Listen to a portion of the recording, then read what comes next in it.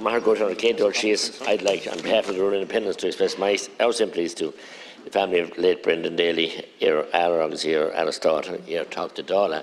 I had many interactions with him, a very jolly man, as you said, and a hard-working, diligent public representative always. Yesterday, going around him dealish. Last week,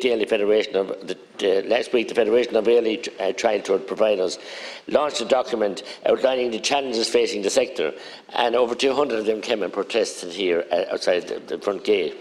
The sector is facing huge challenges, and they have the concerns about their financial viability and the level of control that they have over their business decisions due to the restrictions and increased regulations that are being placed on their organisations regarding the access to core funding and freeze on fees. Private providers are being forced to operate at a loss, and the running model is insufficient, and the cost of the funding streams on behalf of the government impositions. The sector is also experiencing a staffing crisis, which we're experiencing retaining and recruiting, and that's a problem for them as well. And this all has an impact on the number of places available for both parents and families and people who want to go to the workforce, etc. The sector also faces numerous challenges in meeting the growing and diverse needs of children with additional needs. From funding constraints and staffing issues to limited resources and long waiting times for people to get assessments, and there's no lead-in time then.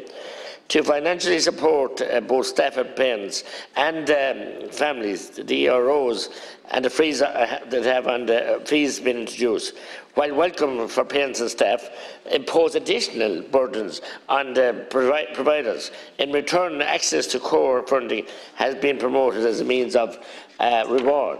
Private services for the imposition of additional duties and regulations. So there's all regulations putting huge pressure on them, and we want to have, and the vast majority of them are running impeccable systems and childcare. However, the model is clearly not working in its current form, and providers are being forced to reduce choice and flexibility in services that meets the demands of families. And as I said, providers are being forced to adopt models and reduce flexibility for people forced to choose full daycare services, while dropping ECCE and sessional options, and that's not good for families either. So these impositions are very harsh on the providers, and actually forcing them to trade non-viably is actually considered as a crime, and the government are forcing this. You can knowingly trade in a reckless situation. That would be described as trading without proper financial funds. But the government are forcing this on top of them. They're putting them in a very difficult situation. Remember, these are people who had the initiative and had the business acumen, set up their own cares and give loving care to our party yoke, and also giving great solace to the families who put their children in these places and giving them a great start in life. So we need to do something here to relax the regulation, sit down and listen to them, and engage with the ministers are not doing, and support them. First of all, I thank the Deputy for raising the issue, because the early developmental needs of our children is perhaps the most important thing we can do in terms of development of our society and our country. And I'm a great believer in resourcing early childhood education and childcare. We learn more, our brains learn more between 0 and 3 than we do for the rest of our lives. And as I said that to a more senior cabinet minister some years ago, and he said, "What hope does that give me?" But I think it's an important point. It's an important point because traditionally and historically, we didn't see it that way. And primary started at 4, and now children learn vicariously. They learn in different ways, but I think structured childcare and development, I think, can be powerful for children. And so government has invested very strongly in early learning and childcare. I mean, the budget in 2015 was 260 million. It's now over $1 billion, 1.025 billion in 2023.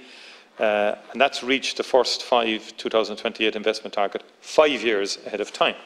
But we need to do more, and we want to do more, and I pay tribute to the Minister, Roderick O'Gorman. 120,000 children now benefit from a national childcare subsidy, and that's an increase of more than 118% since this time last year. Core funding has also, as we know, developed improved pay and conditions, and the employment regulation orders that were agreed by employer and employee representatives in a landmark pay deal for the sector, with over 70% of staff receiving a pay increase as a result. Now, when we met with the social partners in the context of LEAF, they saluted this development as a watershed moment in terms of pay and conditions for people working in the childcare sector. I think that should be acknowledged. For year 2 of core funding, the Minister has secured an additional 28 million increase in the budget to 287 million to the sector, and that will give us a sustainable model with increases for all services. There is an independent financial review of sessional services ongoing, and the Minister has announced targeted measures for core funding year 2 to support and fund smaller and sessional services. And services that are experiencing difficulty and who would like support, are encouraged to contact our City County Childcare Committee to access case management supports. And services can be assisted on an individual basis through this route.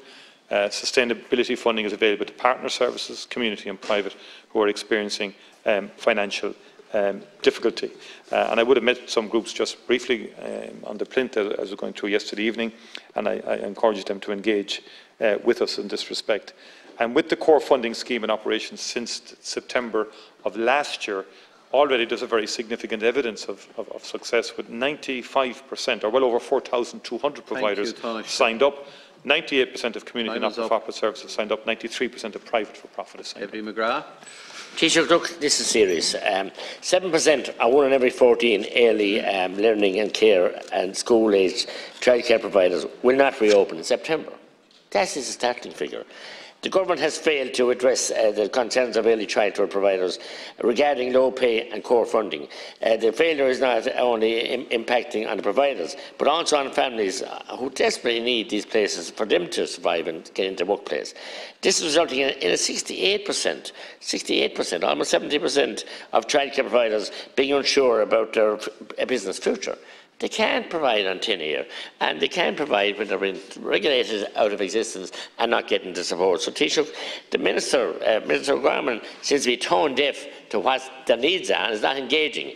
He's more interested in every other kinds of things that he's bringing in here, but certainly not dealing with our most young and vulnerable children that do rightly need that support, and their parents who need to be in the workplace. So, the reality is the sector is completely underfunded, and as I said, with 68% of them saying that they're not sure about their future in September, they can't continue trading at a loss. They can't put on extra fees. They can't do fundraising in these hard times. So it's a serious issue, and I'm asking you to sit down and engage with them, and ask the Minister to engage with them meaningfully. Thank you. Tánaiste. Another part of the core funding, and by the way, the rate of closures was down this year, lowest this year than any previous year. So that's a fact that we need to take on board. And the other point I would make is that the other side of this equation is parents who are paying very high fees. And part of this core funding model was to have management of fees in return for allocation of additional funding. And the results have been fairly significant for many parents in terms of the reduction of the fees and the bills that received at the end of last year in December. And so there has been an appreciable improvement in terms of reduction in fees. We want to go more, but I think the model is a model we need to stick with and work with. If there are issues for particular providers, see can we tweak it, refine it to ensure sustainability, because there's no one willfully here trying to put people out of business. But I think the big concern of governments all along is that you allocate resources, but the parent doesn't see the outcome of the allocation of those resources. And there has to be a quid pro quo here if we give more sustainable funding into the future. We now have the employment regulation order, but the costs were simply too high for people, and are still very high for people. But this initiative has reduced significantly, for the first time in a long time, the costs for people availing of childcare. Okay.